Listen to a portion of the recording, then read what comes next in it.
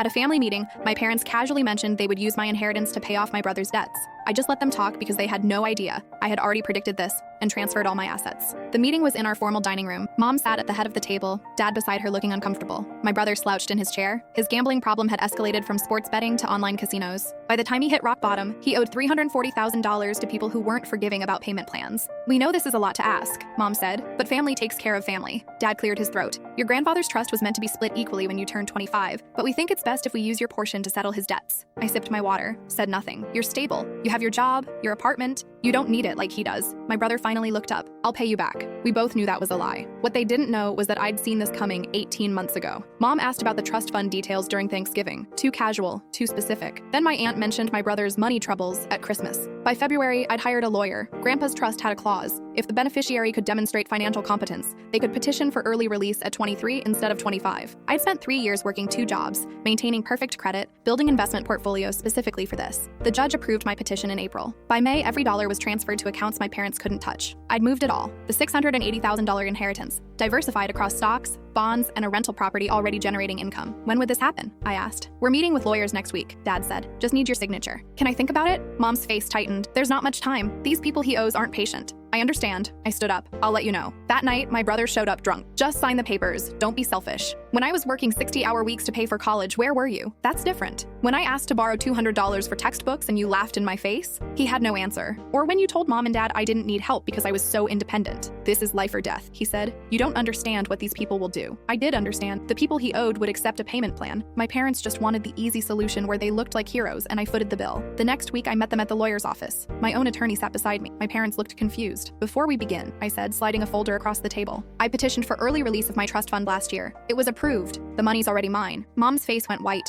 Dad grabbed the folder, flipping through bank statements and legal documents. "You can't do this," Mom whispered. "I already did, but your brother can figure it out like I did." I stood up. "I spent years being responsible while you enabled his every mistake. I'm not doing it anymore." The lawyer looked uncomfortable. "It appears your daughter has acted within her legal rights." I walked toward the door, then paused. "By the way, I know about the second mortgage you took on the house and the $50,000 loan from Uncle Raymond. You're not trying to save him. You're trying to save yourselves." That was 3 days ago. Since then, I've received 47 calls, 82 texts, and my brother showed up at my work twice. My parents started a whisper campaign about how selfish I am. But this morning, something changed. I got a call from an unknown number. A woman's voice, professional and cold. "We need to discuss your brother's debt," she said, "and a proposition that involves you." Before I could respond, she added, "We know about the inheritance. All of it. And we know you're the only one who can actually pay. Your brother told us everything." My blood ran cold. "We'll be in touch about a meeting. I suggest you come alone." The line went dead. I couldn't fit what happens next in this short video. Watch the rest down below.